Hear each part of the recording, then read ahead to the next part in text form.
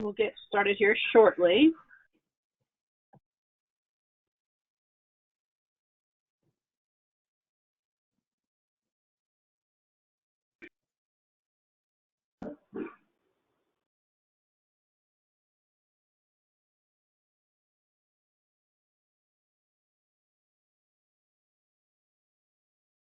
You should be receiving panelist invitations, and that just means you have video access. It does not mean that you'll be a presenter. So please accept that if you would. We'd love as many people to join by video as possible.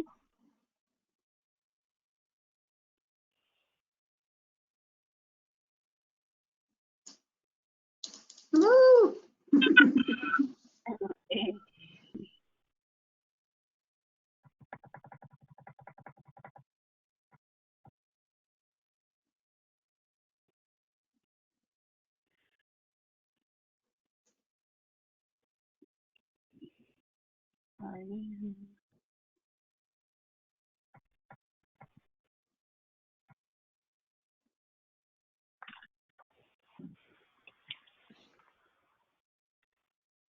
Give those who are registered a couple more minutes to log on, and we'll get started.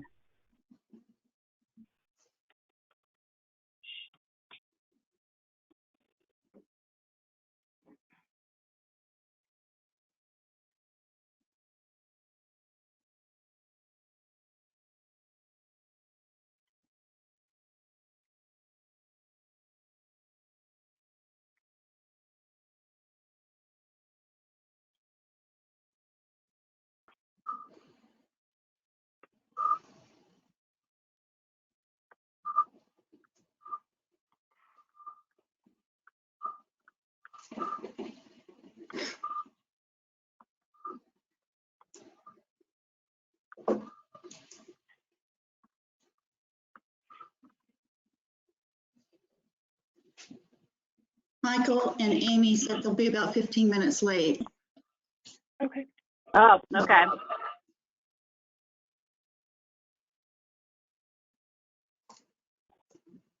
We will not wait for them for introductions then.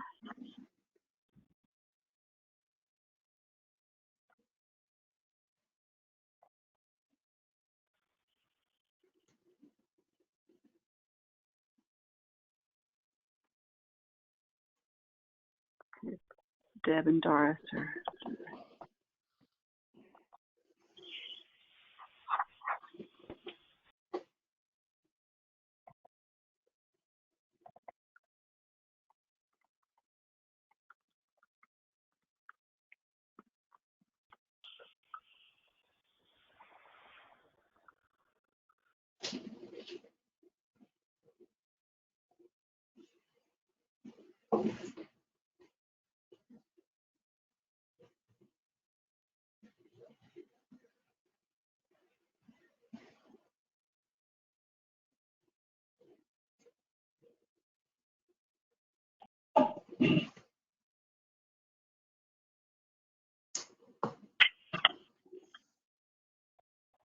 Okay, well, we'll go ahead and get started, and if other folks, join later, we can, have them introduce themselves. Looking at those who are already here and really the attendee list on the front end, maybe some of our introductions feel a bit involved. But I'm Jessica Love. I'm the Executive Director for Prosperity Indiana. I believe all of our team is currently on. So Rita, Engagement Director, Teresa, who is, oversees our operations, Michaela, who is an AmeriCorps with us, but starts as a Research and Communication Specialist with us on September 1. Carrie, who is our Capacity Development Manager and manages our AmeriCorps program, and Andrew Bradley, who is our Policy Director. Andrew, I'm not currently seeing if legislators are on. If you would just mention who all had, we may have just had one register for today. If you'll go ahead and mention that, and then we can pivot back. We had Senator J.B. Ford, who represents District 29, which covers parts of Boone, Hamilton, and Marion counties, register. Yeah, I'm not seeing Senator Ford, but in case you're out there, or if there are any other state or local officials who have joined us, please take a second and identify yourself, and we'd be happy to welcome you. Yeah, and then we have a couple of guests with us that'll be joining today. I'm seeing that Amy O'Shea has joined from United Way Lafayette, and then I also see that in terms of our members, a board member of ours, Dennis Cecil, is on. Looks like he's not on video. And then Dennis, can you introduce yourself briefly, and then if folks would just, as you're introducing yourselves, mention, we know that people are struggling right now, but if there is a silver lining to the COVID-19 pandemic, could you just identify that? And, I'll say for us, I feel like we are collaborating better than we ever have. We've always, been about collaborations, but we're finding new and different or deeper partnerships during this time. And so, Dennis, could you introduce yourself and mention a silver lining? I think he's muted. Oh, okay. Let's see. Can we unmute? I think he's I cannot take control. Okay, well, Dennis, maybe we can circle back to you if you come off mute. Marie, could you introduce yourself and mention a silver lining that you've seen during this time? This is a really bad day to ask me to come up with a silver lining. Sure. I will say that, and Amy O'Shea is on here, Amy has done a great job of pulling together some organizations that we don't normally work together. We are not a, quote, official United Way agency, but we partner with them, and they pull together a hotline to help for housing stability. And so that's been a great thing that I think will continue in the future. So, and I'm Marie Morris. I know most of you, I think. I am the executive director for Homestead in Lafayette, which is in Tippecanoe County. So, and been a member of Prosperity since the beginning. And so we're very happy to be on that. And I'm also on the Asset and Opportunity Steering Committee. So, so that's our silver lining. We really have developed better partnerships than we had before. And in our community, we're not so much fighting over money, which sometimes happens, but we're trying to work and fill gaps that are missing. So that's what I would say. Yeah. And then Lorianne, I'm seeing that you're on here. Can you unmute and introduce yourself and mention a silver lining? Well, good morning, everybody. I am driving, so I'm not going to be looking at you, but good morning, South Central Community Action Program here. And I butted out of the webinar just as you must have been asking the question. Tell me about the silver lining. Oh, I just said, we recognize this is a time where a lot of us are struggling. We know that the people we serve are, there's suffering as well. But just if there is a silver lining that you've seen during COVID-19, if you'd be willing to share that. Yeah, surprisingly, community action's been around for a long time. Our agency's been active for over 50 years. And there are still people who have no idea in the counties we serve that we even exist, both as clients and other agencies. And so the big surprise for us has been that it's been an opportunity. It's been an opportunity to introduce ourselves to the community, but it's been an opportunity to do it in such a way that we're bringing something fairly big to the table. So it's been a very positive, welcoming experience. And that was not something that we expected from this little bug that has shut us down since March and created total havoc in our lives, peeps. So it's really nice to connect with everybody. In about 10 minutes, I'll be back safely ensconced in my chair and truly giving you guys undivided attention. But that's it for me. Great. Thanks for sharing that.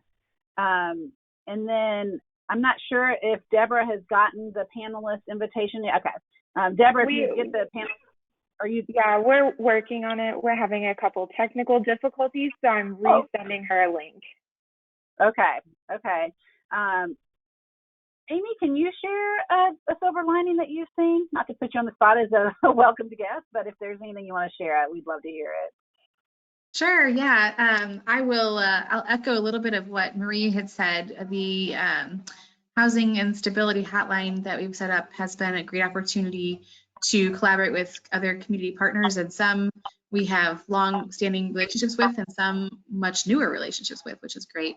And I'll share something my staff member had told me just yesterday, that we United Way, but also the 22 other folks that are on our navigator line answering the calls, have a lot better, deeper understanding of resources in the community, which sounds kind of funny because, you know, as United Way, we should kind of know about some resources, but we're just really getting an intimate exposure to and a clear understanding of how to connect in a different way that we have before. So I think that is a bit of a silver lining as well.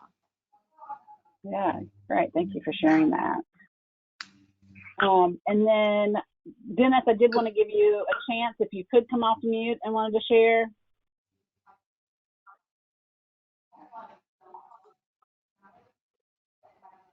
And then, is Deb on yet or not? Not yet. We'll let her. Okay. Okay. Well, so Deborah Meyerson from South Indiana Housing Opportunities is also on, and Dennis Cecil, who is now with Hendricks County Bank, is on as well. So just now that we know each other, you know, we learned this after the first one that there's a little bit more breaking of the ice to do. We want everyone to feel free to do whatever you would do if we were in person. So if you would like to drink water, if you'd like to drink a Diet Coke, coffee, whatever it is, and my team is going to join me, and I think everybody should have like a one big swallow before we get going. I've been reminding folks, you are not, this is not TV, you're not, this is not being interviewed. We just happen to be on a screen, you know, to make the best of our experience. So thanks for doing that with me. And then, so we've done our introductions. We may circle those others in later if they're able to go in by video or have sound. We'll talk through a COVID-19 survey that we did, through some of those results, and then talk about what you've seen in your community, our policy priority survey results, and that is an ongoing survey. Want to be able to have open discussion, you know, as we go. Have a couple of action items for you at the end before we leave. So for those who, since we do have guests on the next slide, you'll just see, or a couple slides in, we've been around for 30 years. It's the Indiana Association for Community Economic Development, and rebranded to Prosperity in 2016. And we are an intentionally cross-sector network focused on community economic development statewide. In the next slide, you'll see, you know, the bulk of our membership, about 2/3, are other nonprofits, and that is a really, large and comprehensive group of nonprofits. So that may be folks who are doing housing counseling, maybe a homeless serving agency, maybe a affordable housing developer. We have, you know, economic development organizations, LEDOs, and chambers. And we have, you know, so it can look really different. And then also we have public members who are, a lot of community development departments are in our membership, and state agencies. And then, private businesses, primarily are banks, and then private developers, affordable housing, tax credit developers. And so, just wanted to call attention on the next slide to our mission, which we updated really focuses on the resources, engagement, and advocacy that is needed to support our network and the work that our members are doing to create inclusive opportunities and really improve quality of life for Hoosiers. And then we also, you can see we created, updated our vision to just honestly add the word equitable. And that has served us well in this time when in a lot of strife around our country to lean into our values and our updated vision for the work that we do. So then I just briefly wanted to highlight our REAP framework, and then this slide, just the resources we think of that not just as financial resources and capacity that we might provide, but also technical assistance and trainings that we do, engagements, the way we pull our members together throughout the year, advocacy. Obviously, spend a lot of time at the State House each year, and then also normally are spending time in DC as well throughout multiple times a year. And then the programs that we do all are in some way an extrapolation of engagement work, advocacy work, or resources that we want to provide to our members. So, and I welcome you to go to our website to explore what those programs are in more depth. We have had some join, I think. Just wanted to circle back on any other announcements, and Andrew, if you wanted to do that as well. I'm seeing forward. Andrew? I'm sorry, what? I'm seeing forward on. I just didn't know if you wanted to do a little introduction. Oh, excellent. Okay, I'm sorry, Senator Ford. I didn't see you join us here. So again, Senator Ford represents District 29. Welcome, and that covers parts of Boone, Hamilton, and Marion counties. So Senator Ford, if you'd like to introduce yourself, one thing that we had asked about was if they could tell us a little bit about themselves, but also what's the silver lining that you've seen coming out of the COVID crisis? I know there's a lot that's not silver, but what's one thing that has been a silver lining from your perspective? Well, good morning. Can everybody hear me? Mm-hmm. Okay, good deal. It's great to be here with all of you. I'm JD Ford. I represent Senate District 29 in the Indiana State Senate. And as mentioned, it's Carmel, Zionsville, Pike, and Wayne townships on Indianapolis's west side. And got elected in the 2018 midterm elections. So I'm 2 years on the job. So the next time that I run again will be in 2022. Serving on a whole slew of different committees, serving on 7 different committees as being a member of the Minority Party. This summer, I've been working on how to rebuild our civics. I've been appointed to the Civics Task Force, so we're taking a look at the health of that of our state, as well as the Legislative Continuity Committee.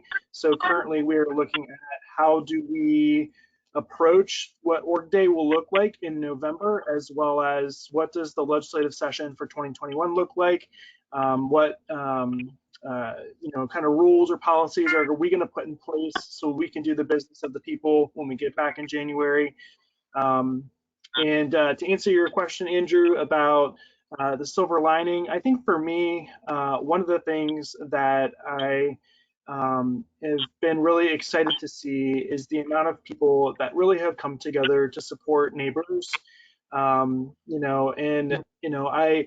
typically in this time, our office is not typically contacted a lot. We tend to hear from constituents from time to time on different issues that pop up, but we are seeing an influx of calls to the office, and so people are reaching out, and it's been really such an honor for me to be able to point them in the right direction and give them the right resources. So tough on one hand to see all the need out there, but definitely, being able to point folks in the right direction is something that I'm proud of that our office is working on. So again, thank you for the opportunity to join this morning, and looking forward to the conversation. Thanks, Senator Ford. And later on, we'll have results of some surveys that we've had, and it'll be interesting to talk with you and our other guests today about how much the calls that you've received, how those are lining up with some of the concerns and issues that have risen to the top as well. Sounds good. Great, thank you. So we'll move into our COVID-19 impact survey. And on the next slide, you'll see, we conducted this in May, and then what we saw were about 125 organizations who responded. The framing of it was, what do you want funders and policymakers, what should philanthropy and policymakers, know about your needs? And so, on the next slide, I want to call attention on the demographics to the fact that the majority of respondents' budgets are in the million to just under $5 million range. So, mid-sized organizations are making up the bulk of the response. And then of the respondents, more than 75% are nonprofits, which is, generally consistent with our membership, a little heavier than what we see in our membership. So in terms of the impact, in the next slide, at the time of the survey, nearly 50% of the respondents had 3 months or less of cash reserves on hand. And of those with budgets under $250,000, the majority had less than 1 month, or they had 1 to 3 months of reserve. Those with budgets from $250,000 to just under $1 million, most had 1 to 6 months of cash reserve. The $1 million to 4.9 million range, that's where we saw the bulk of the 10+ months of reserve. So it's kind of a sweet spot for that highest level of reserve. And then the 5 to 9.9 million range, most indicated having less than a month of those who were our respondents in the survey. The 10 to 24 had, all but one of those had 1 to 6 months of reserve. And that highest budget size group, 25 million and up, had an equal distribution of 1 to 3 months and 10+ months. And then there were also some 4 to 6s. So, it really brought to the forefront the economic susceptibility of organizations, or the potential for that. That budget size does not necessarily indicate an organization's sustainability threshold. And, I wonder, I think that might have a lot to do with grant funding and the dependency on that and the restrictions of it. A lot of money flows into organizations, and a lot of money flows right back out, without much buffer provided for to increase sustainability, over the long term. And so, it's no surprise on the other side where you see that budgetary implications are being considered by close to 75%. Staff layoffs and furloughs and reduced programs were part of the considerations of respondents. And, of course, things like, events and services, supply chain, volunteers, have all been negatively impacted during, in terms of being able to serve during this time. So, that can also contribute to budgetary strain if you're having to hire or do less because you don't have volunteers at the same staffing level. And then we'll stay on this slide for now, but on the next slide, you'll see 82% indicated an anticipated decrease in revenue. And so, some tapping of those reserves we mentioned, might be necessary. And so, this was captured in May. And when we thought at that point probably that there would be a dip in cases, until the fall, and now, that's not really what we're seeing. And so, some different things have happened along the way in terms of the virus itself. And so we also recognize some different things could be happening in organizations in August than what was captured in May. And so I wanted to just have a chance for folks, to open it up, have folks reflect on what we found when we did the survey. What surprised you in terms of responses, if anything? Is this right on with what you're seeing in your organization or what you've seen in your community with other organizations? And so I just wanted to, reflect on this, and then also what your organizations you serve are seeing.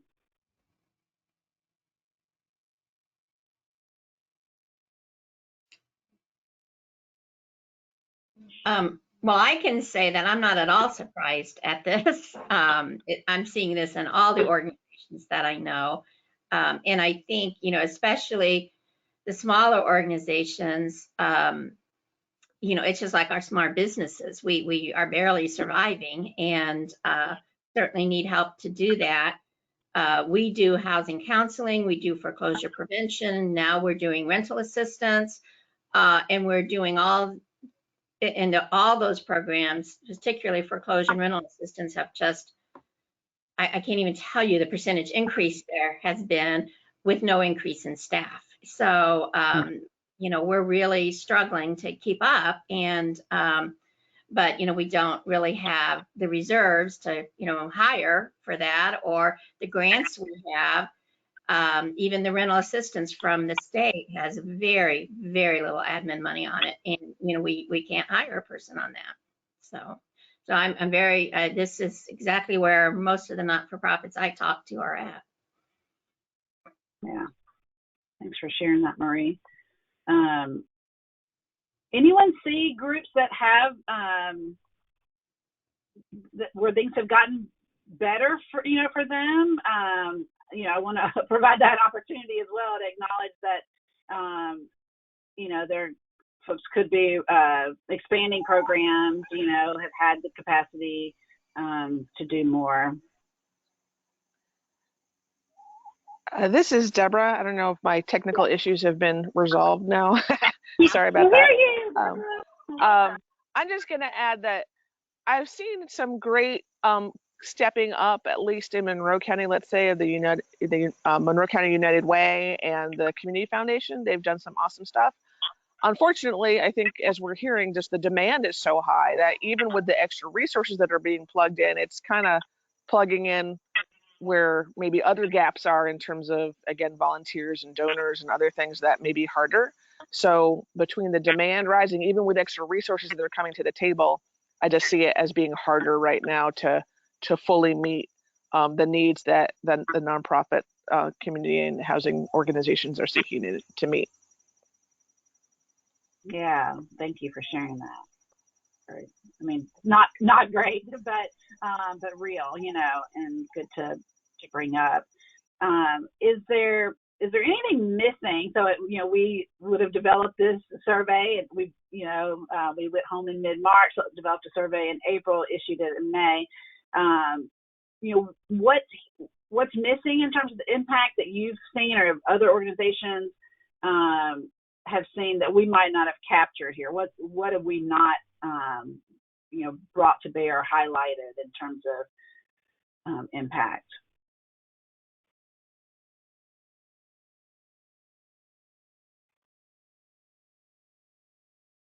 Jessica, I think you guys did an incredible job of capturing the snapshot of what's going on. I'm sure I'm like a lot of other folks that are on this call. I feel so overwhelmed mostly because I can't keep up with all of the calls that come in to the agency, and even doing referrals to other agencies. It is nonstop. I mean, I say this in a funny way, but at the time that I thought forwarding my office phone to my cell phone was a good idea, that was before I did it. And it never stops. I mean, I get client calls, I don't answer them now. We've got a screen set up, but it is nothing for the calls to continue, and they come in steady till 9, 10, 11 o'clock at night because people are scared, and they are they don't know what else to do, so they reach out. I mean, I think the one thing that no visual is going to capture is the compassion fatigue that all of us are going through to provide services, and the mental health services that some of our staff that are continuing to work need. So overall, I think Prosperity Indiana's done a bang-up job with this. You guys were awesome. Thank you. Yeah, I mean, we feel that too, right? I mean, just that need to step up and step into the moment. And you're not alone in the overwhelm, you know, but yeah, I don't know if that was a hallelujah or what, but yeah, we hear you, we feel you, you know, we're there. So thanks for sharing, everyone. On the next slide, you know, in terms of how organizations are responding, I think it's important to note, you know, nonprofits have definitely adapted, you know, whether that's, you know, sending a call over and, you know, or setting up a screening system to handle it all. You know, you've kind of spoken into that, to stepping up. You know, many nonprofits are busier than ever. You know, I know we are, you know, but that does not automatically equate to having more funding. You know, and see some heads, you know. In fact, I think for many, it speaks more to the resolve of nonprofits than it does to the resources that they have to do the work.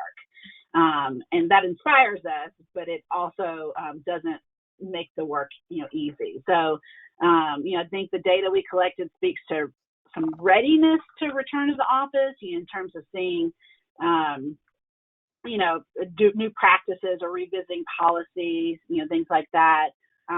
You know, you've got policies and procedures. I don't know if that necessarily means that folks are embracing a return to the office, just because you've revisited, you know, policies to consider that. It seems like many are still virtual while it's working. I know that's the case for us. You know, we have the screening tool to come into the office.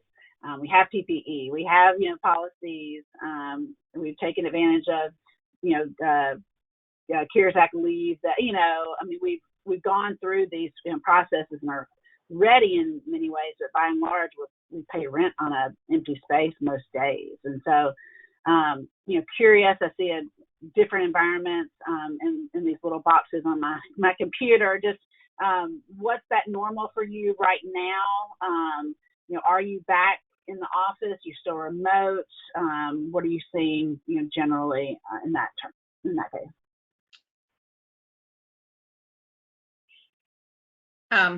I pulled my staff back in the office at least 4 days a week, and we're not open to the public yet. But the reason I did that is because we are overwhelmed with clients, like everyone is, and when they were working from their home, they were feeling very isolated, and they didn't have, you know, not that they couldn't call me on the phone, but we didn't always know what time people were working because we didn't really care, just so they got their work done.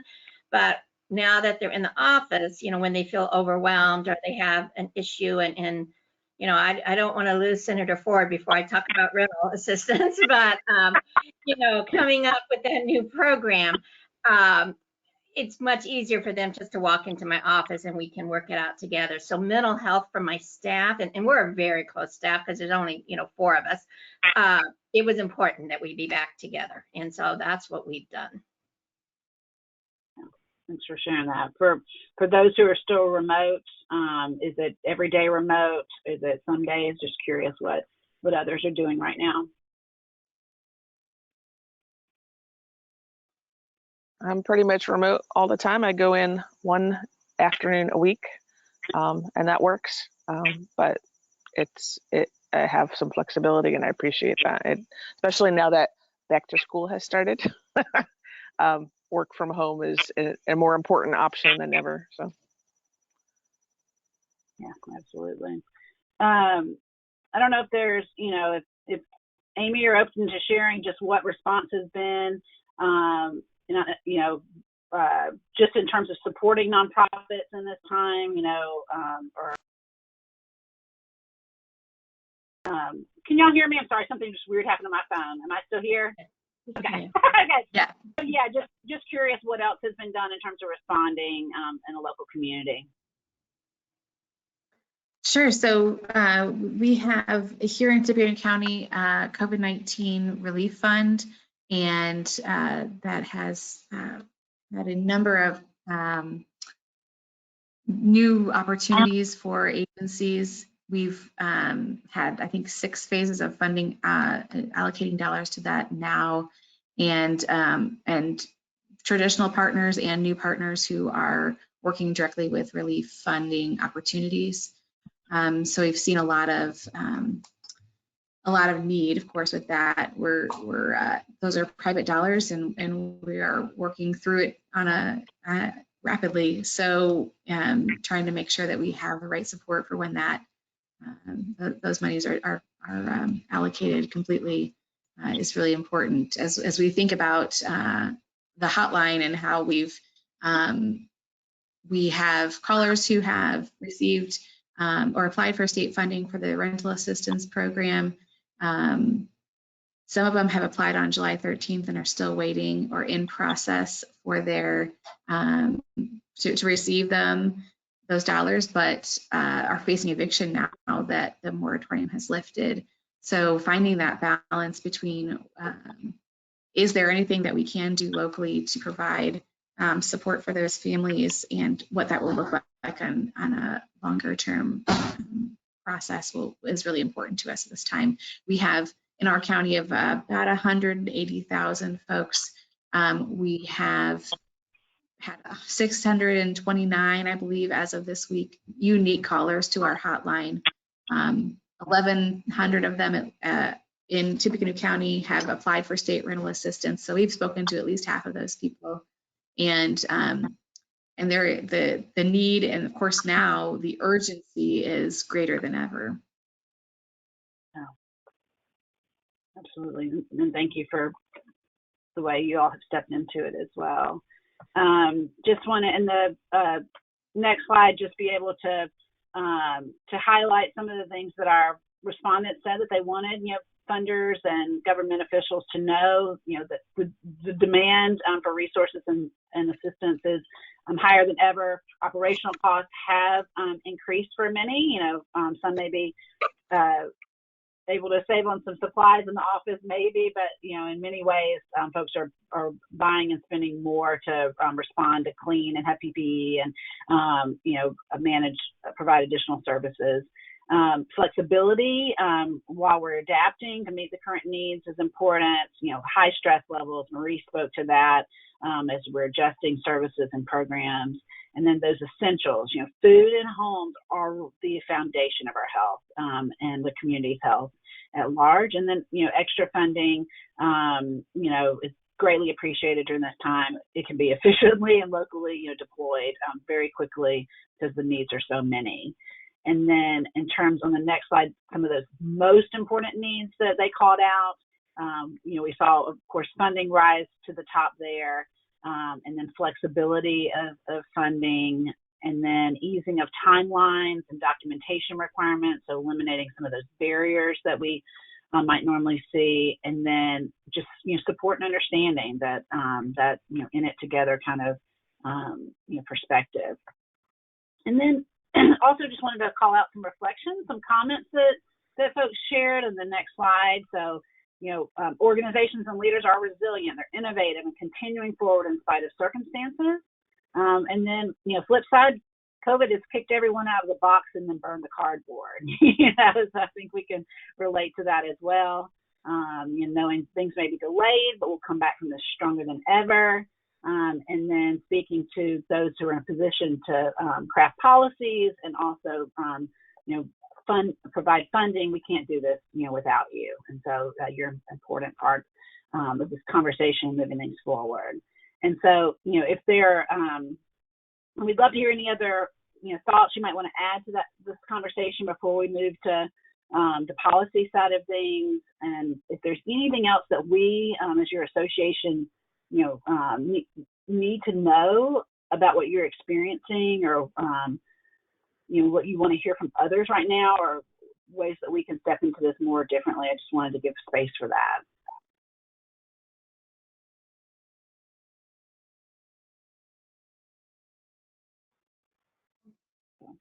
Well, I hear from that we are doing everything that we need to do is only as possible as the capacity of our team, which, I commend during this time. So, now I'd like to hand things over to, Andrew Bradley, who's our policy director. Sorry. For those who are longtime members or know Andrew is a new face for Prosperity, and he joined our team technically at the end of February, and then really showed up, at the beginning of March and head straight to the State House, and spent the next couple of weeks living and breathing State House work and SB 340 in large part. And, his second week of work, the session wrapped up on, I think, late on a Wednesday. And on that Thursday, we all retreated to work remotely from there on out. And so, before he recaps 2020, I wanted and what that has looked like so far and what it looks like we'll be doing in 2021, if we could possibly have a crystal ball, which we can't. I'd love to have him provide just some more in-depth introduction to his prior experience, what brought him to Prosperity Indiana, just so you can get to know him, because him being in the office for two crazy weeks before we went to home hasn't given our members a lot of space for that. So Andrew? Thanks, Jessica, and it's great to be here today. To those of you, this may be the first time that we've been able to meet face-to-face, as it were. Some of you I've known in the past in my work with the Indiana Institute for Working Families, where I was for half a dozen years before coming here. And then for a year and a half before coming to Prosperity Indiana, I was with a national organization called the National Skills Coalition, working on issues of workforce development and bringing people together around ways to increase economic opportunities for low and middle income families. So that's really where my passion is. And so I feel right at home being at Prosperity Indiana. And it's good to be back home again in Indiana, especially at this really critical time. And so what I want to talk with you about is we've seen how COVID has impacted you and organizations that are members across the state. Now we're going to talk about what to do about it in terms of policy. So let's go ahead to the next slide. Really quick, what I'm going to start with is what we're doing now. This is the process of getting feedback from you, how things have impacted you and what you want us to do about it. And we'll reflect about how that worked in 2020 and what we can do in 2021.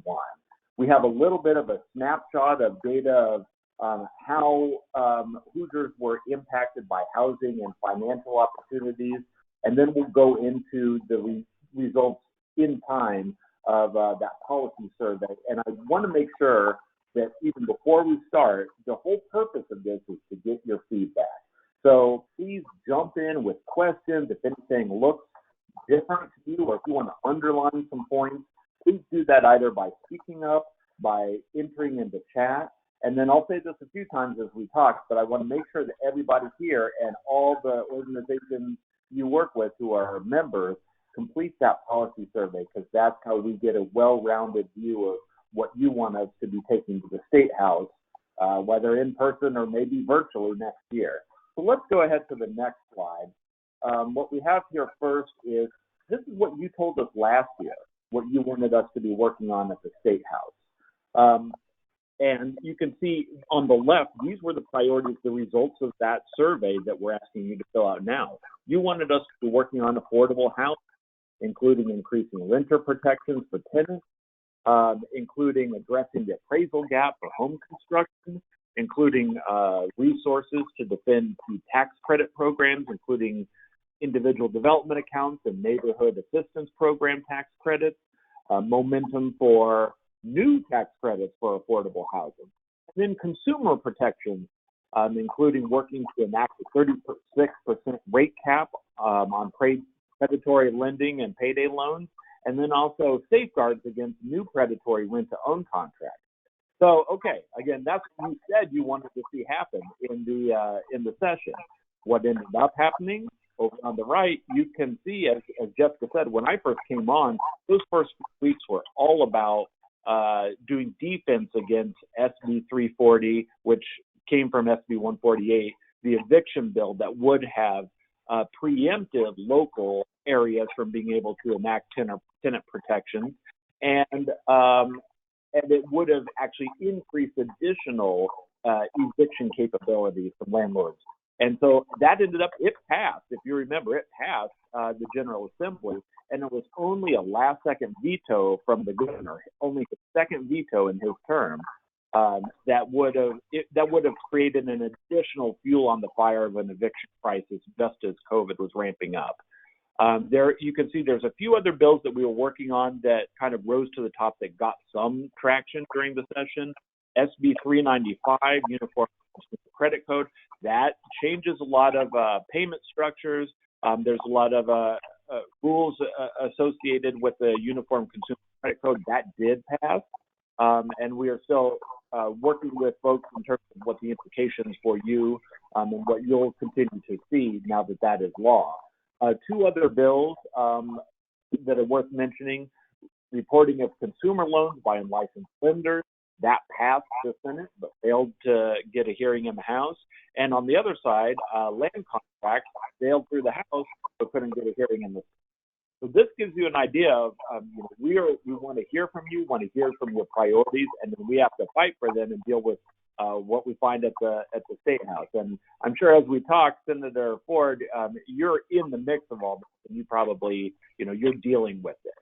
But before I turn it over to conversation, let me give you a little bit of a snapshot of what Hoosiers are facing now that COVID has hit. So on the next slide, this is a brand new report on the next slide from the National Low Income Housing Coalition's Out of Reach report.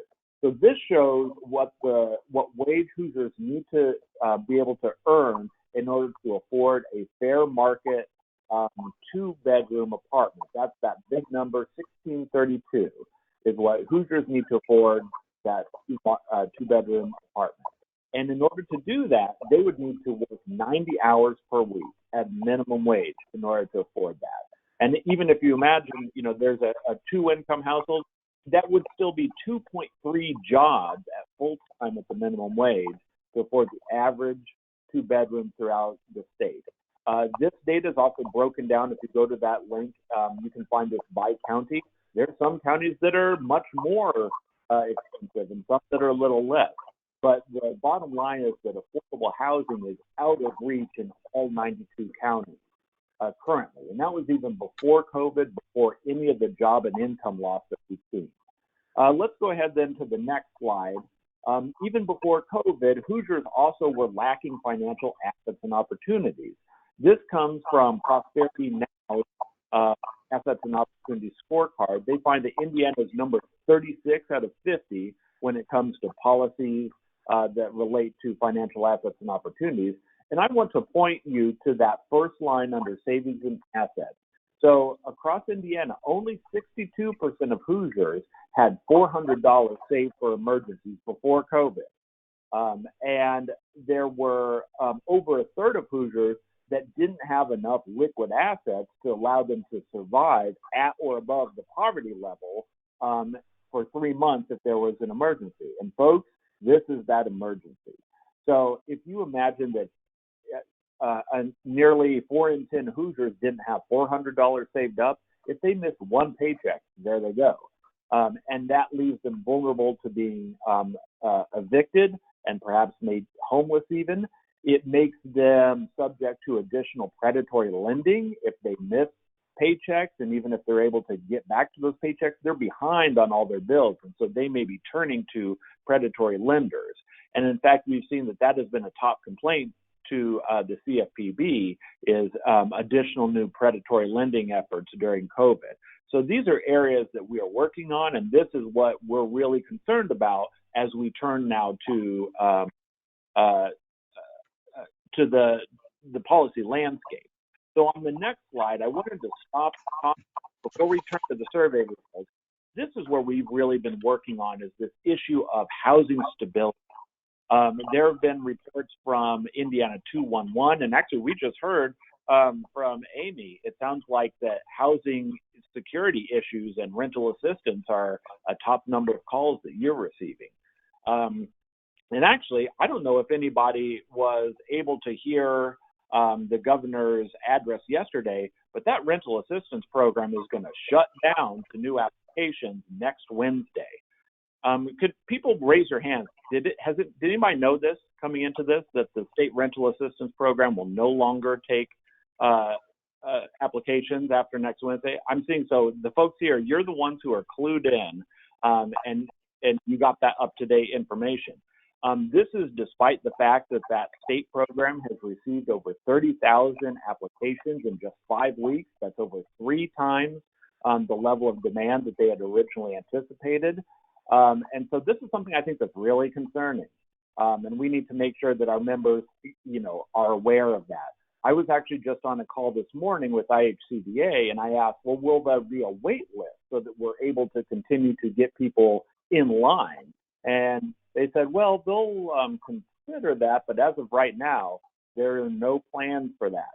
So if folks do not get in line by next Wednesday, there may be no record that they even need rental assistance. And I think that is a real problem because as you see on the right, housing instability and housing cost burden is widespread throughout the state. We ran numbers, and these were just the top 20 census tracts for housing cost burden throughout the state. You can see that they are in suburban counties like Hendricks County.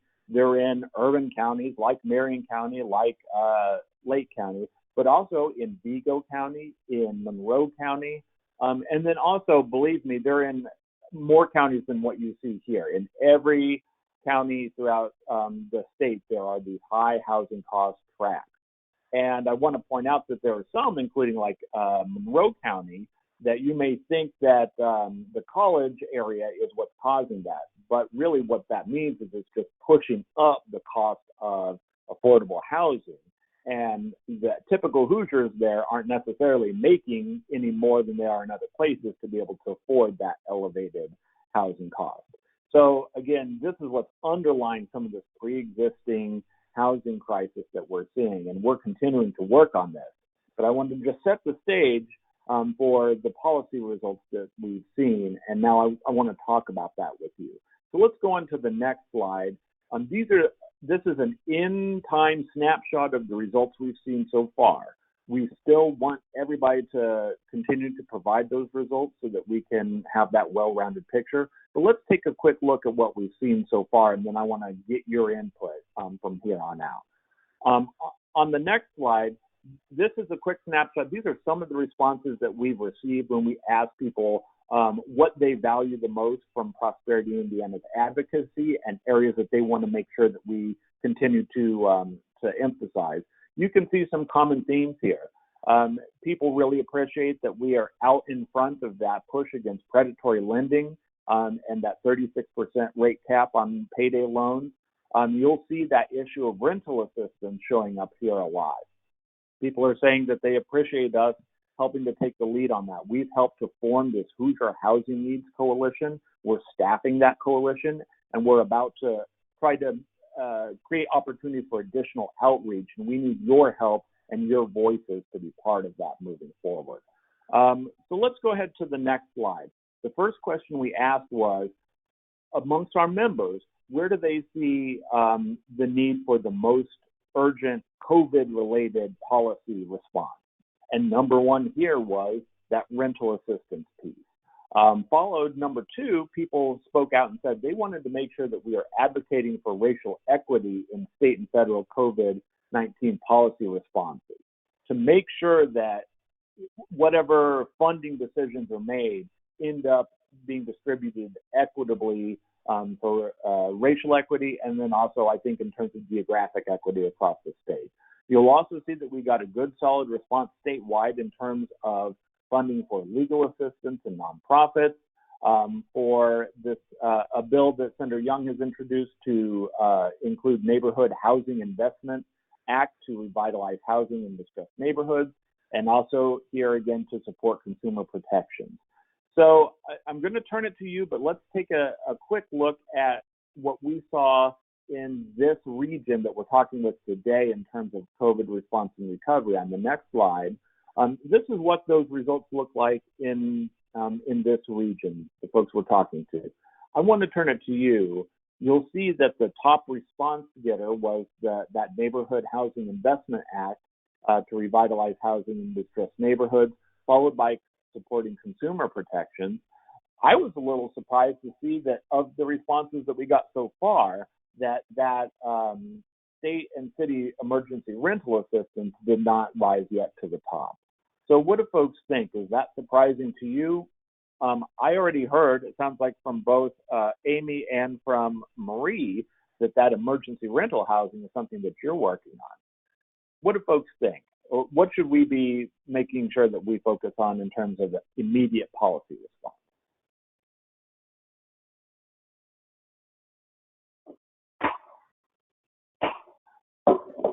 Well, I hate to always be the first one to talk, but I will. And, you know, we are one of the hubs for the ESG rental housing.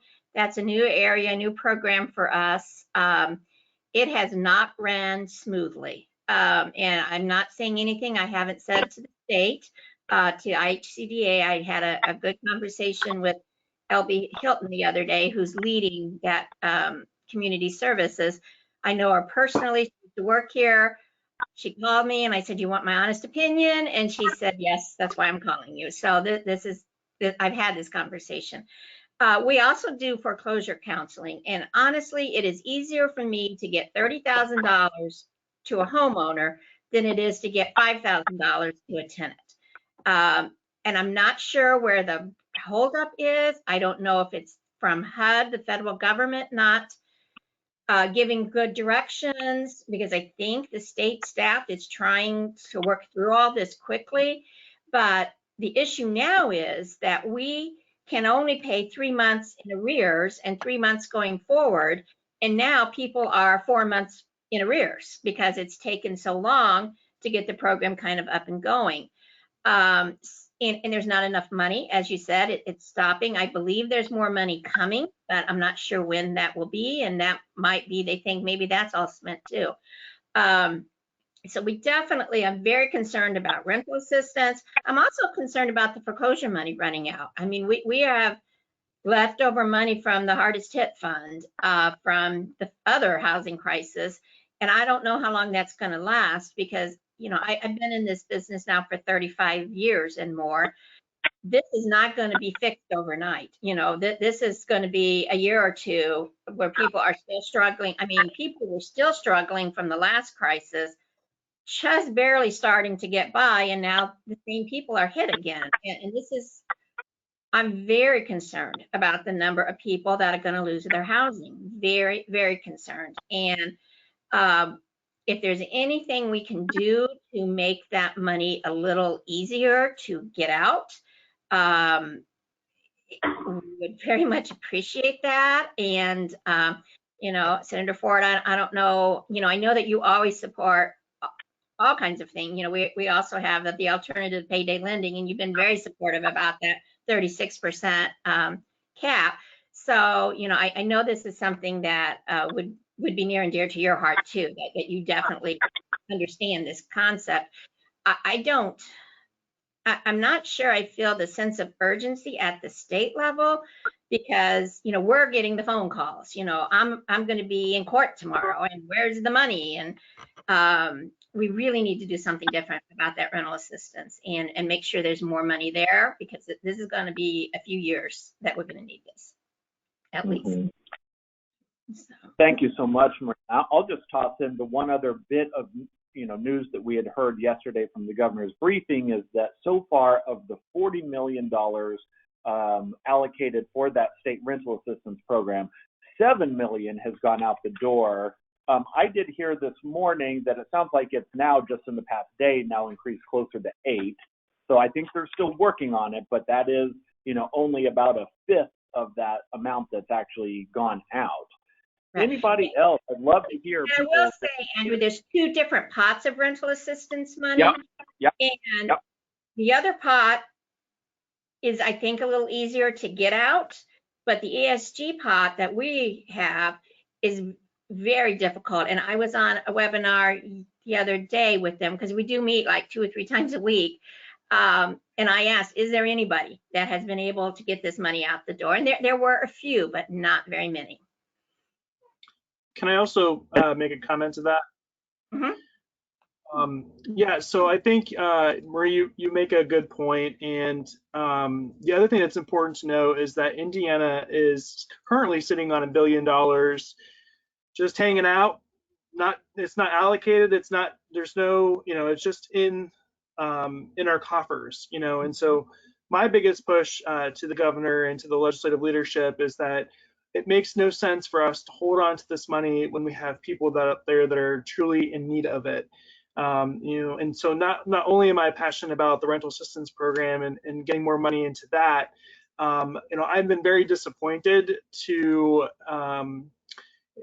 on the rental assistance piece that the landlords are required to participate. And so right now I have constituents who their landlords are not participating in this program.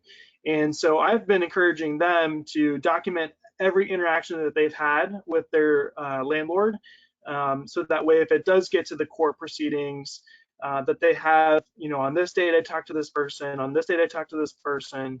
So I've been disappointed on that front, but also the utility disconnections as well. I mean, some of our the IURC, you know, came out and said that they have to kind of put these payment protection plans in place, but the Office of Utility Consumer Counselor, he said and suggested that this should be in place till December to allow folks to get back on their feet. So again, we're sitting on $1 billion. Why can't we use some of that money to help, you know, with the utilities as well? And so I'm going to be continuing to push the governor in that COVID monies CARES task force, which, by the way, there was 5 people on there. Initially there really wasn't Black and brown representation on that task force. Mr. Thompson was subsequently added because of the pushback that the governor was receiving. So, and we know that COVID-19 is hitting our Black and brown communities at a very much higher number. So, so I think, again, that's where the money should land, but we're sitting on it. So. Okay. Thank you for that. Thank you. And thank you for your support all the time. Thank you. Absolutely. One of the things that we're seeing the most of is I am inundated with folks who have mortgages that are trying to keep from going into foreclosure.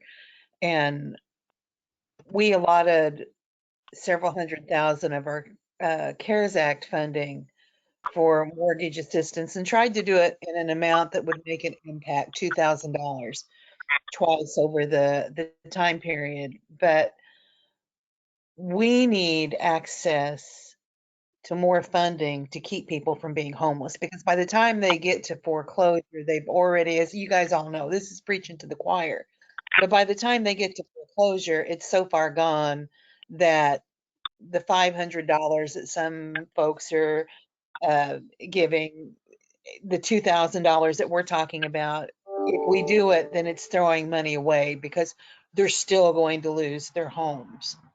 Because as Marie said, even with mortgages, when you're 3-4 months behind, it's not catching up. So keeping people in their homes is a huge focus for us.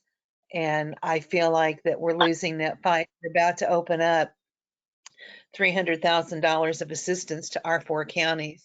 And I'm terrified as to how fast that's going to go. And that's with well-qualified people. I mean, we're not talking about just sticking fingers in holes and buying somebody a month. We're talking about folks that we've qualified that this is actually going to make a difference and help them maintain home ownership. And I'm terrified that it won't last a month for us. So that's huge for us. Lorianne, thank you so much for that. What I have been hearing are those folks who have already tried and could not get to the hardest hit funds, because we've been hearing that there's actually really low uptake for that hardest hit fund, that there's still some money available just through the end of this year. How does that play into what you're seeing? It may be that they simply don't know that it exists. One of the things that I have run into is that other agencies and folks who have bought their homes through one of the federal programs that are mandated to do certain things with this, they don't know that they have that option. And it's kind of a case, if they don't ask, they're not being told. Mm-hmm. So one of our big pushes is within the next week is to get a well done resource brochure out that we can get to folks so that they know that they have that option. And I think part of it is ignorance on our part too, Senator Ford. I mean, I hate to admit that, but there's so much information that you have to know that there's some things I know that we've missed. I don't know if that makes sense or not. I hope that it does. And I did want to mention as well, Marie, when you were talking about the ESG funds, and there is another and larger tranche that theoretically coming, and it's been allocated. But the conversations we've heard have been that priority, like the state priority, may be around rapid rehousing rather than eviction prevention, and yet the folks who are doing the work know that there's not a new place to put people. There's such limited affordable housing stock to even utilize it to rapidly rehouse. And so, plus, why do we want to wait till people are, need that when you can keep them in your home if you do the rental assistance and prevent? So, anyway, I would be interested in hearing. We've heard some speaking, a recent webinar we did around rapid rehousing as the solution rather than eviction prevention, but curious what y'all think. Well, I do know that they sent, can you hear me? Am I unmuted? You're good. Okay. I do know they sent us all a survey, and one of the things I talked to LB Hilton about was how to use that money, I think it's 18 million that's coming in. And in my mind, do we need rapid rehousing money? Yes, we do. We need some more of that. But it's much smarter to keep the person in the home they have. It's also much more economical to do that rather than make them become homeless. I mean, that's just goes against every fiber in my being, that if you become homeless, then we can help you. That's crazy. So let's just keep them in their homes, keep the children safe in their homes. To me, it's just a no-brainer. Do we need some rapid rehousing because we have some landlords that aren't going to participate and, some issues that we can't resolve? Absolutely. But the focus should really be, and I've said this all along, is preventing homelessness. And that should be our focus with both our homeowners and our renters. Mm-hmm. And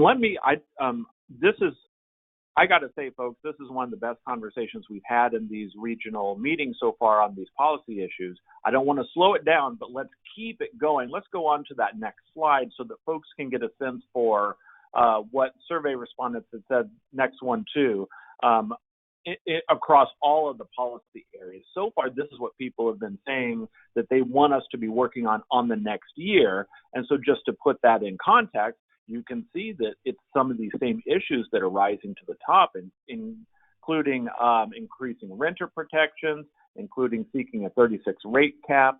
So I want to keep that conversation going just on this broader area of state priorities for next year.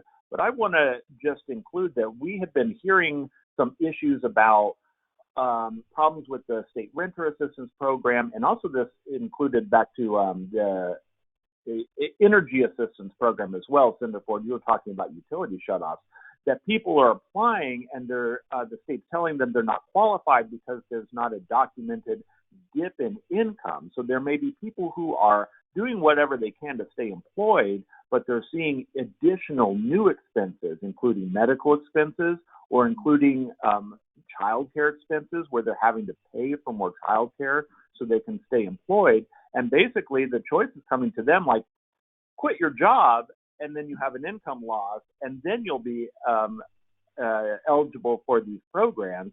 And I think that comes back to, Marie, what you're saying. Like, why would you ever put somebody at risk of homelessness before you can help them? So there's that issue as well. So I wanted to turn it back. Love this conversation. Let's keep it going. What are people seeing in terms of the priorities they want us to be working on immediately and then also next year?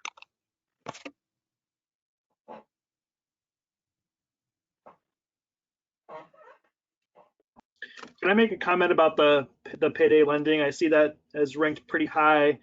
Yes, please.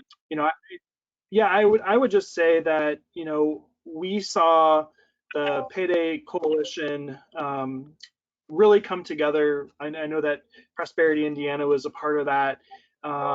This is the second time I think that I've been there that they have been somewhat defeated, and so I would imagine that our payday lender friends are going to come back in full force. Having learned about how they were defeated, we're going to continue to see the high-powered lobbyists at the State House, fighting for that. Just a few weeks ago, the Trump administration rolled back some of the Obama protections, and basically, I'm sure you all know this, I'm preaching to the choir, but essentially with those protections, you had to kind of verify that you could pay back the money. Now that's been rolled back, and so I do think a lot of folks are going to fall in hard times. We'll seek out these payday lenders, and unfortunately, they're just going to continue in that spiral that we see. So. So I'm very cautious. I'm kind of listening and hearing from what I'm not hearing anything currently, but I'm certainly going to stay vigilant. As soon as I hear anything about the payday lender stuff, I'll certainly reach out and let you all know. But I would imagine we'll see some of that legislation back in 2021. Mm-hmm. Thanks. What are other people seeing on this front? Well, I know that currently there's a bill to what we call rent a bank at the federal level, that payday lenders that the bank can actually close the loan and sell it immediately to the payday lender. But since the bank's name was on it, they get by with not having to follow state rules and stuff if they have a national charter. So there's some very big concern about that on the federal level. So, anything we can do, in my opinion, with the current administration, we are not going to get anything changed on the federal level that's going to benefit our people. So it's so important on the state level that we do what we can. I mean, it just makes it so important. So, so I appreciate you keeping up with that, Senator Ford. My alternative to payday lending that I have at Brightpoint has it also in Fort Wayne. It's really busy, and we're keeping people, avoiding that. And, it's just crazy that they can charge those kinds of rates. And I don't know what else to say about that. Again, it's just morally wrong. And so it's very frustrating. Thanks for that. And I guess, no, go ahead. Oh, sorry. I just was gonna chime in a little bit on drilling down on the renter protection angle. But if please. you were gonna weigh in on the payday, I can do that after. No, please go ahead. Well, just to kind of distinguish, I'd have to look back at the policy platform to see how renter protections are kind of identified and specified. But things like substandard housing is a big issue when I get calls from folks, people who are dealing with, just deferred maintenance. And of course, again, with the eviction moratorium where there may not be consistent rent coming in, landlords would even be, depending, on their situation, even more strapped to be able to invest in maintenance and upkeep if they don't have any revenue or have had limited revenue to do that. So just trying to find ways to, again, protect renters from substandard housing, and looking at ways that they can even like longstanding things like security deposits take 45 days to get back, at least, in terms of the most generous time period, and trying to have a little better turnaround on that. Again, some basic renter things that aren't even just COVID influence, but just that would be useful to make security deposits more available for return, because that can be a big issue. Sorry, there's one other thing I was going to have on my list. I'll remember it later. But just there are things that the state can do, but then even looking at how it can be implemented at the county level. I remember it was just COVID specific renter situations. I get calls frequently from folks who are saying, either they feel that there's not enough health safety being built into common area policy, so that they feel that they're being unnecessarily exposed that social distancing isn't really possible with how property management is handling common areas, or it's too restricted. And again, it can go both ways, but just if somebody called and said, I signed this lease because it had these amenities and now they've closed all this stuff down. And that's one thing, but does it mean that there should be a reduction in rent, or just kind of trying to find ways to balance the COVID concerns with the renters' needs? And so there's both general renter protections and then looking at COVID specific stuff that is somewhat uncharted territory, because it is a new area that hasn't really been dealt with in terms of legal ramifications.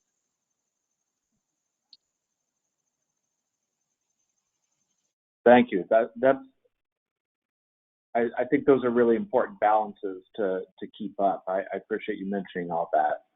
I want to do a quick time check. We have 14 minutes left, and so I want to make sure that we are able to cover a few other areas. So I want to show you a few more slides and then open it back up for a little more conversation before we wrap up. So in terms of federal priorities, just want to show you what people have said so far. Again, you'll see some common themes here, but on federal policy priorities across all the areas that we ask people in terms of assets and opportunities and community development investment, and also housing protections, what people have said so far is number one, they said ensuring robust federal funding for community development programs is where they wanted us to focus at the federal level, followed by funding a program providing temporary financial assistance for renters experiencing economic shock. Shouldn't be a big surprise based on what we've talked about. A few others that have come up include protecting the lowest income households from rent increases or work requirements that do not improve self-sufficiency. And the way that I interpret some of this is people are again saying part of what you told us that, at the state level, the organizations here are stressed. They're not able to increase the services or the staffing based on current funding levels. And at the state level, they want us to be going to bat on certain areas. So they're turning to Congress and the federal administration where possible to increase the resources available and to make sure that we're seeing those housing protections expand, and then that we don't put additional burdens on residents as well. And so let me also show you, let's go ahead and look at administrative priorities. You'll see this also stretches both across state and federal areas. But here, the number one area, people really wanted to see us go to bat for informing the Indiana Affordable Housing and Community Development Fund priorities. So I think, again, finding other ways where we are undergirding housing stability and providing additional ways for longer term housing security. Number two here was responding to federal consumer protection rules and regulations, exactly what Marie was just talking about in terms of, doing what we can to make sure that we're protecting consumers with the rules and regulation era.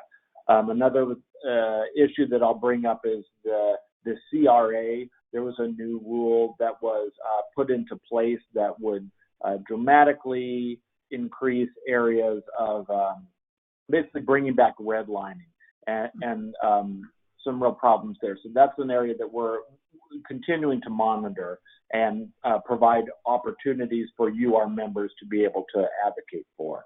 And one other that's worth mentioning here, reducing administrative burdens placed on local service providers.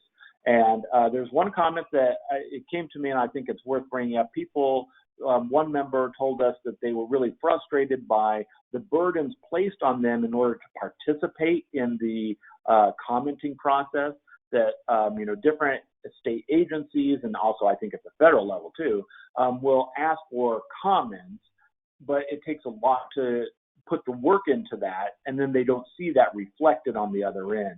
So, making sure that we as an organization are helping provide those ways to effectively comment, and, perhaps there's a way to even reform that process.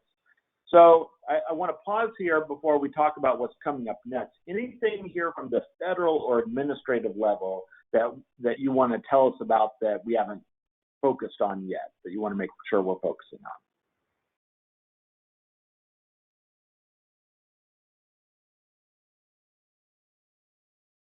Well, let me tell you what we have coming up on deck and then see if there's anything else that you want to talk about. So, we want to make sure that you have take advantage of all the advocacy opportunities that we have available for you. And one is to make sure that you and all the folks in your organization have signed up to receive our alerts and our emails, that you're getting our blog posts, that you're getting our action alerts.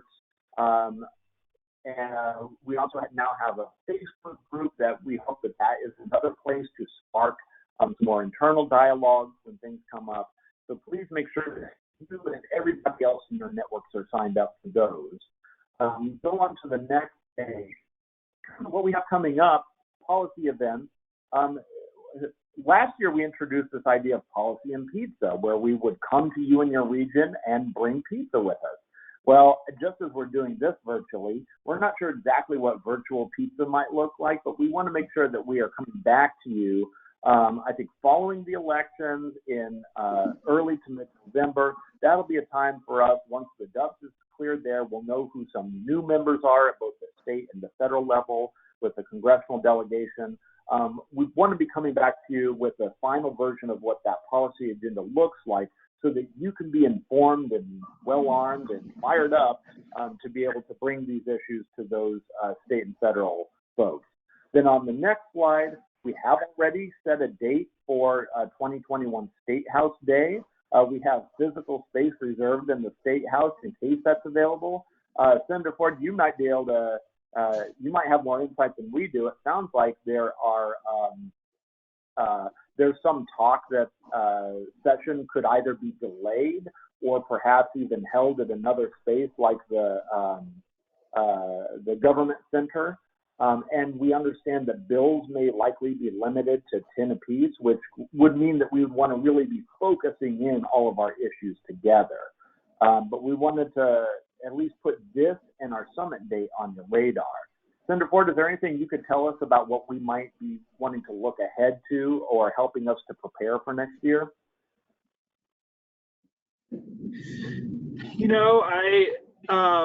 Everything is really still up in the air in regards to that. So we did tour the government center last Monday, as well as the convention center.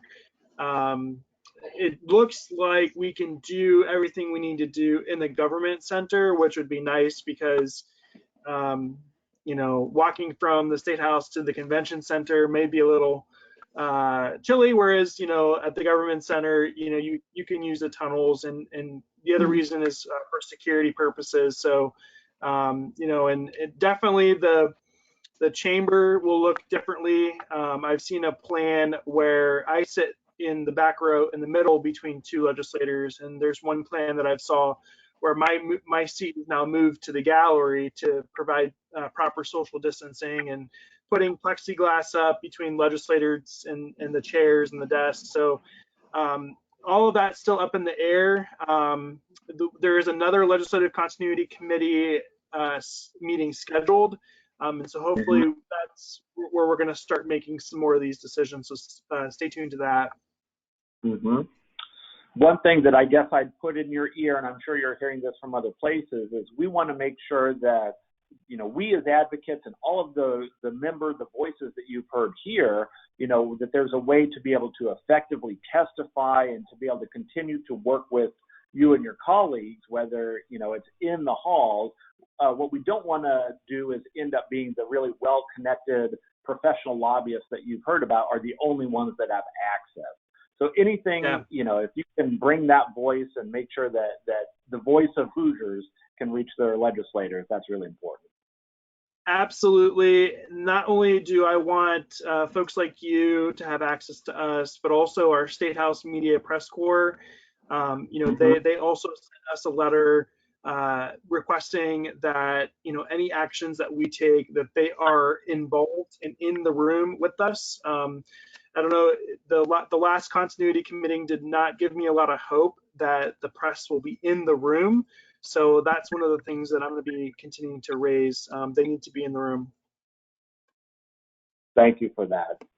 Well, let me then go to the next slide, and we'll turn it back over to Rita And let me put in one last plug to make sure that you complete that policy survey. Thanks again, everybody, for your input here. This has been really helpful. Make sure that you get that, your organization's input heard on that survey as well. So on to you, Rita. Thank you, Andrew. I just wanted to thank everybody for attending and also plug my one-on-one meetings that I've had. I know Marie and I had a great meeting, met with Dennis and Doris and Deb, and it's been a wonderful opportunity for me to really scale down a little deeper into your world and find out what you need and how we can help. Also, just in general, how you feel about Prosperity Indiana, if we're doing a good job, if there are things we could do better. You won't hurt my feelings, so if you haven't already scheduled an appointment, I'll be contacting you. But thank you again. It's been a really wonderful experience. Thanks, Rita, Andrew, and everybody here today. Really appreciate the time that you set aside. You know, we've heard challenges that you're experiencing, some of the things that you've made work maybe even better in light of COVID-19 as you've adapted and really, you know, been able to go deep in talking about the policy priorities that we see rising to the top, especially in light of COVID. If there's anything else, there's kind of like a last raise your hand physically on the screen, try to watch if there's anything else you were hoping to talk about today or hear from others. Want to make sure we can have a minute to do that. Marie? Yeah. Of course I do. One thing I noticed on your survey, and I'm hearing from all my nonprofit friends, and you know, is staffing and trying to get programs, more money for programs. So I want Senator Ford to really pay attention to whether there's any possibility to increase the neighborhood assistance program, NAP credits. People, you know, more and more people are applying for those. And so the amount of money each organization's getting is dwindling each year. And that is, I mean, I can spend way more than I have. Both Democrats and Republicans love to buy those credits. And that is a really great way to fund our programs. So I just want to make sure that you have that on your radar. Thank you. Yeah, thanks for that, Marie. We had a bill a couple years ago, you know, it was a budget year, and to really expand NAP, you know, one, because like you said, like it goes out proportionately, and so and the more who apply, the less you get. And so we wanted to leave some of that intact, some of that that's not competitive for those who wanted to receive the NAP funds that way, but to also have a separate pool that was competitive and that was specifically for affordable housing, both development and services. Anyway, by the time we were told to work with Habitat, and then it became, you know, like split, you know, and so some of the money's going to Habitat. We weren't against that. It's just we're trying to make the most of a bill and get it introduced. And anyway, and then really, even though it was a budget year, we basically heard no new money. You know, so it didn't really, nothing really went, you know, with that. But so we've heard that before. More important, like, is becoming increasingly important.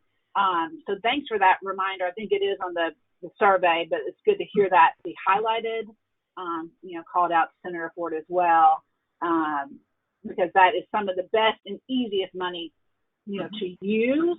And so, yeah, thank you for that. Anybody else? Any other flag downs before we head up? And if there's anything else that we can be doing to support you all, you know, let us know, reach out, definitely take advantage of the one-on-ones with Rita. Feel free to, you know, call or email me at any time. And also we had mentioned in our marketing that we were going to do a draw, you know, for a free, like, standard webinar, you know, so we'll do a draw at another time once we've completed all of these regional meetings that we will do. We'll announce those winners, and you'll hear from us specifically if it's you. So thank you all so very much, and hope you have a great day, and appreciate the work you're doing around the Hoosier State. So. Thanks, everybody. Thank you so much. Thank you.